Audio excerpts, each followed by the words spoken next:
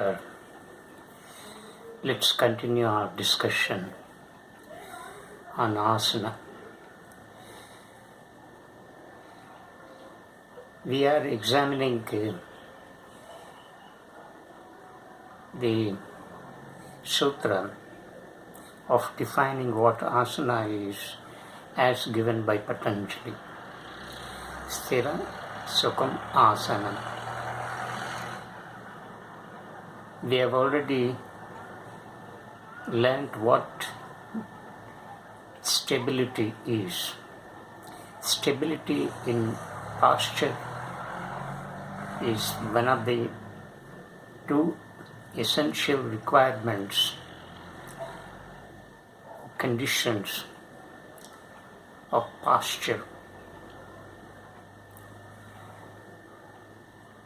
The second essential condition is sukham.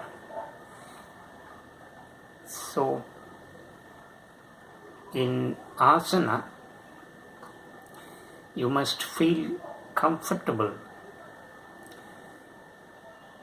that you should not undergo any experience of discomfort in any part of your body. Not merely remaining in the posture stable for long, but in that long stable condition, you must feel comfortable. You should not feel any irritation or irksomeness in any part of your body. And you should not try to adjust your body every now and then in that particular posture. Say for instance Padmasana. So can you sit in Padmasana for 30 minutes without moving your body or without making any adjustment in your body? And at the same time you must be at ease in that posture. You must be very relaxed. In no part of your body you must feel tension. So you must be in total relaxation in that particular asana, that is Padmasana. If you can achieve these two essential conditions in asana, then you have made a lot of progress in yoga sadhana. Apart from these two essential conditions, the speaker would like to add 6 more conditions.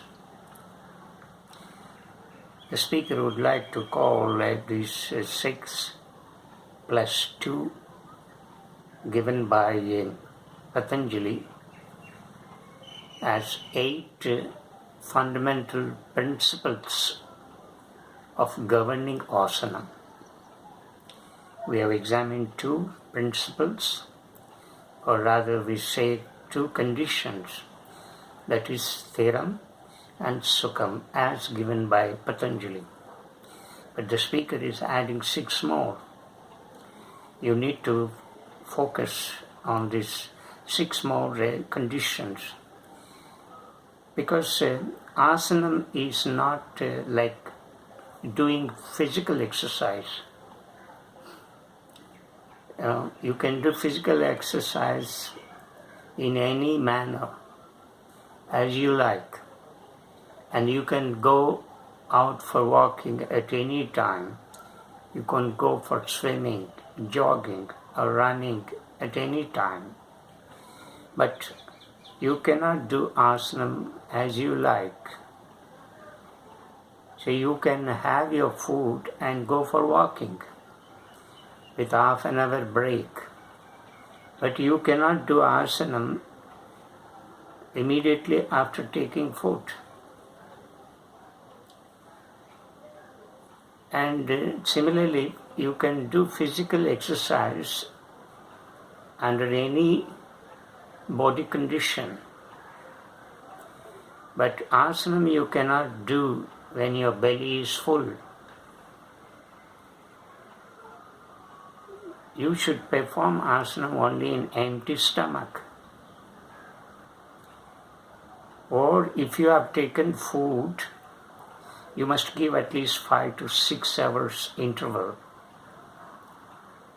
Because the food that you take must get into the intestines, small intestines and big intestines, and later the food must be completely digested, and the energy generated by such food must be completely absorbed in the body. And then alone you can go for asana. But doing any kind of physical exercise, there are no such parameters. You can do physical exercise at any time, but asana cannot be done like that. So therefore, the speaker has added 6 more principles. These are fundamental principles that govern asana. To start with, the first one is balancing. Now, this balancing is very important in performing asana. When you perform a particular asana, you should see that all the parts in your body are in perfect alignment. This alignment is very important. And you may wobble and you may fall. But then, just because you wobble and fall, you should not give up performing the asana. Sometimes you get pain in that part of the body. Sometimes you get the muscles may not cooperate with you. The muscles will not bend. The reason why muscles do not bend because of fermentation in the body. Now, as you take more salty, spicy, pungent food, it creates a lot of fermentation in the body. And when there is a fermentation in the body, the muscles get contracted. So you need to avoid this kind of food, taking spicy food, pungent food, or more salt. So you can reduce all this. Better you give up spicy food, strong hot food. So the food that is very soft, as I've already suggested, sattvic food, more vegetables, fruits, green leaves, peanuts, pulses, and millets, and so on. So such food, if consumed in limited quantity, will not create any fermentation in the body. But the spicy food, chili food, strong and pungent salty food will create fermentation in the body. And due to this fermentation, the muscles will get contracted. But in the sattvic food, the fermentation will not take place in your muscles. And the body becomes very, very supple. So the muscles will expand and the muscles will cooperate with you. So you can perform asana very easily. So food is the cause why you cannot bend forward, or you cannot bend backward, why you cannot stretch your hands or legs. The reason being fermentation in your body. So the accumulation of fermentation is the cause for the body not cooperating with you, the muscles not cooperating with you. The muscles will become strong and not elastic. But if the fermentation is avoided, the muscles will become supple and very easy to expand and very easy to stretch. You can put forward bending or backward bending. So this you must keep in mind. So balancing means maintaining alignment. When you are performing a particular asana, you must see the parts in your body are in perfect alignment. This takes time. You will not get it in a day or two. As I have just now given the reason for why you cannot master a particular asana, why you cannot achieve alignment in the asana. So you have to radically change your food habits. A drastic change must take place in your food habits. Then, so the change in the food habit must go along with performing asana. Then the body will cooperate with you. Otherwise, you may tend to give it up after a couple of days, after a week or 2 weeks, because muscles will not cooperate, body will not cooperate, because body is used to a particular pattern of living. So you are bringing a new pattern, and therefore the old pattern which is long in your body will resist the new pattern. So there will be a lot of resistance from the old pattern. So therefore it takes time. So you must find out the reason why the old pattern that you have cultivated for long is not cooperating with you, is trying to resist the new pattern, because you are creating a new pattern and imposing it on your body. Therefore, there will be bound to be a conflict between the old pattern and the new pattern. So you need to root out the cause for this kind of resistance given by the old pattern. And the old pattern has to be replaced by the new pattern. So it takes time. So you should be very patient. So this is very important in yoga sadhana. If you don't have patience, you cannot do any yoga, any asana. You cannot lead yoga sadhana. It is impossible. So that patience is very important. You need to be very patient. So it takes time. So to master one asana, it takes time to get perfection in that particular asana. Till you gain that perfection in that particular asana, you need to practice. And you should not move to another asana quickly. All of us are in haste, would like to learn quickly. Now this will not work.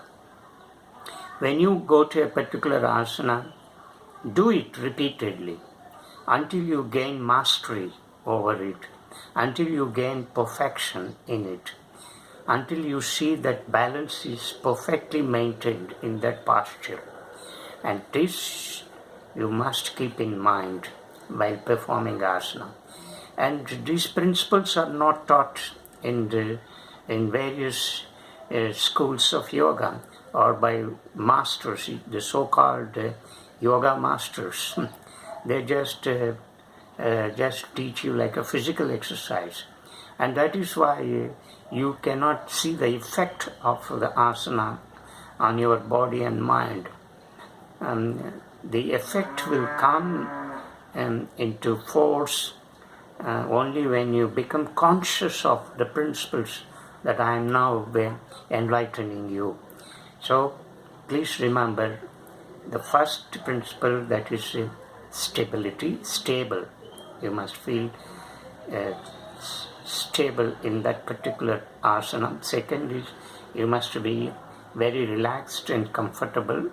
The third principle I have given you, balance. Balance is very important.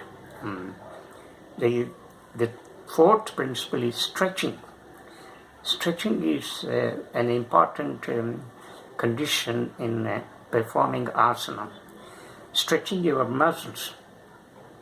As I just now said, the body will not cooperate while stretching your muscles. But why again? What is the reason for not able to stretch your hands or legs or hamstring muscles or hips or any part of your body? The reason being the muscles have become very strong in your body. The muscles have to be turned into supple. The muscles must gain that suppleness, and only when the muscles gain that element of suppleness, then you can easily stretch your body. The stretching becomes very easy for you. So stretching is another principle that governs asana. Then the fifth principle is breathing. Now, this is very important in asana. It's not like doing a physical exercise. Physical exercise is not controlled or governed by breathing. You can inhale, exhale in your own manner. And any form of physical exercise has irregular breathing. It is not controlled by breathing. So you can do any kind of physical exercise as you like. It's not governed by breathing, the principle of breathing. But the principle of breathing is very, very important in performing asana. In fact, this principle is not taught in many schools of yoga and by yoga masters. So be careful about this, that inhaling, exhaling, how you should inhale, and while inhaling, how you should lift that particular part or stretch that particular part forward or backward, and so on. And similarly, while releasing, the releasing of asana must always be controlled by exhale. So this inhale and exhaling must be constantly watched by you while performing asana. If breathing is not properly maintained, then asana goes awry. So you will not get asana in perfect order, and you will not gain any mastery. You will not gain any perfection in asana. So asana is controlled by breathing, and this breathing must be rhythmical. Remember, while performing the asana and while releasing the asana, must be synchronized with breathing, and this breathing must be rhythmical. And then there arises an element of music. That music is harmony. So harmony in performing asana is very, very important. So all these arise when you become conscious of your breathing. And if you are not conscious of breathing, then you are not putting asana in correct manner. So therefore, mind is principle, breathing is very important. And unfortunately, as I have just now said, this is not focused in many schools of yoga and by many so-called yoga masters. The sixth principle is concentration. Concentration is very, very important. Now, while performing asana, the whole of your body must be focused only on performing the asana, on that particular part of your body, on that particular asana, say stretching or balancing or backward bending or forward bending. This is very important. If your mind wanders here and there while performing asana, then you will lose balance. Then there arises irregular breathing. And then you will not have proper stretching. Then you will not achieve stability in the posture. Then you will not feel comfortability in that particular posture. Look at how all these principles which I have just now explained will get disturbed if you do not properly focus on that particular asana. So concentration is very, very important. This is one way of achieving concentration, learning as to how to concentrate. So concentration cannot be taught separately. No, it is illusory for you that I can train myself in concentration. Remember, when you are performing asana, say, for 20 to 30 minutes, 20 to 30 minutes, your mind is completely focused only on your body, on your breathing, right? On every part of your body. So, no thought enters at that particular time, that 20 to 30 minutes time. So no thought enters, no thought should enter, I must say. So all thoughts must be brushed aside. That is why before you perform asana, you sit in Padmasana for 5 to 10 minutes. Let all thoughts come and go away. Then you reach a state where you will have a minimal thoughts. Almost the mind gets calming down. So thoughts, agitation of thoughts will become calm.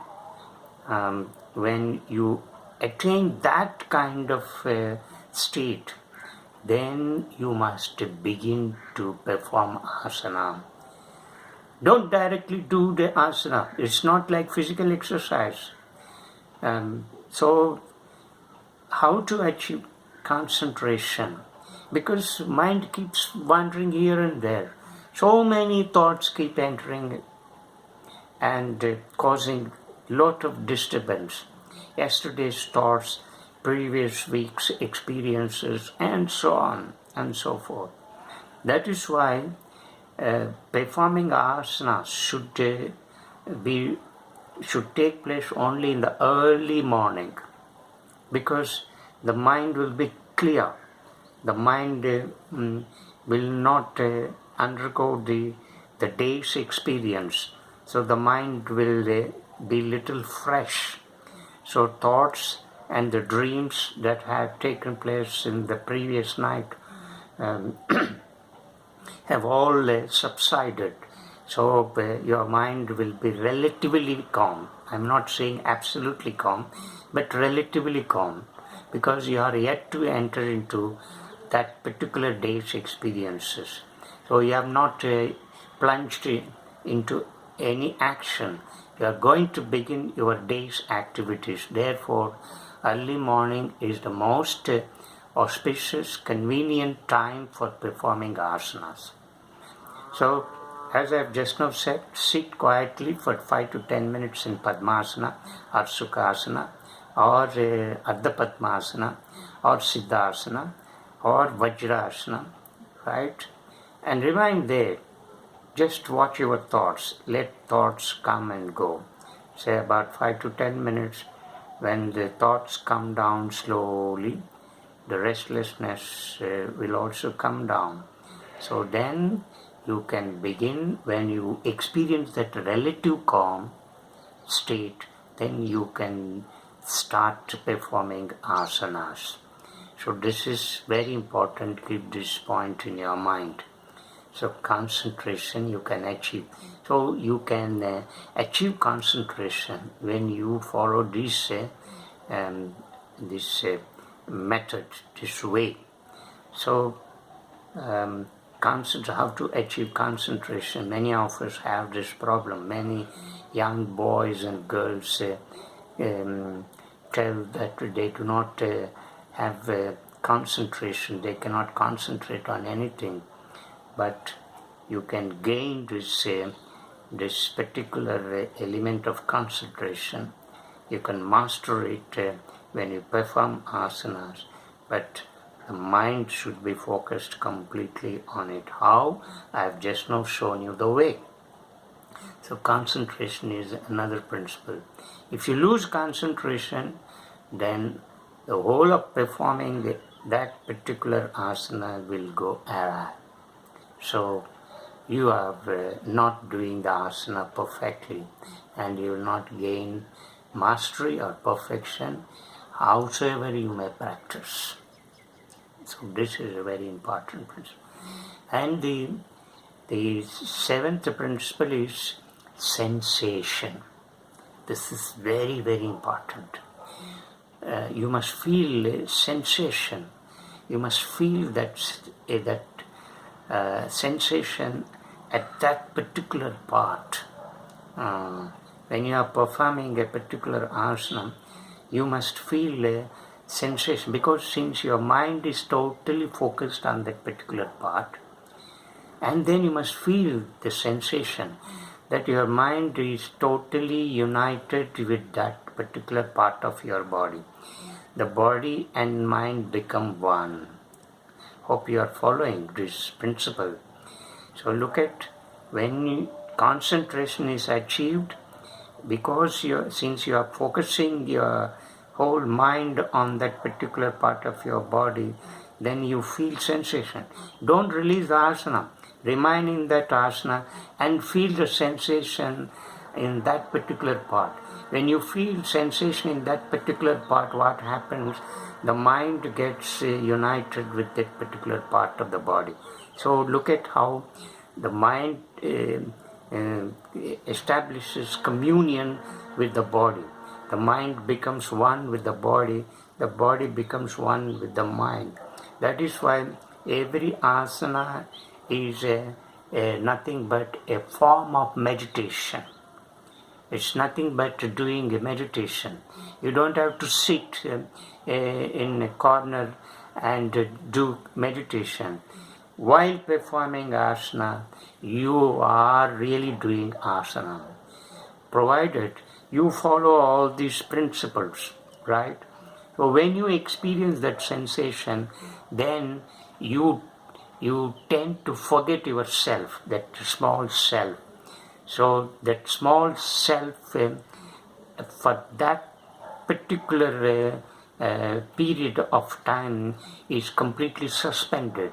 You transcend that little ego, that petty self, right? And this, when you transcend this petty ego, then you become selfless.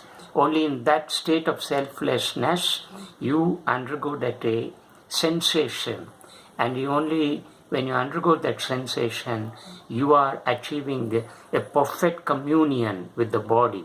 So body and mind get united. A perfect union is achieved between the body and mind. And this is yoga. So yoga is happening there when you feel that sense of feeling of sensation. So when you undergo that feeling of sensation, you are in that state of meditation. I hope the listeners have caught what the speaker is trying to say. So you need not do meditation separately. That is why then asana is nothing but a kind of meditation, right? For 30 minutes when you do asana, your mind is completely focused on it, and you are experiencing that sensation, and you are establishing that communion between your body and mind, and thereby the union between the body and the mind is achieved. And this union, when it is achieved between the body and mind at your level, then you are in the state of yoga, and yoga is happening there, and meditation too is happening there. We shall examine the last principle in our next discourse. Namaskar.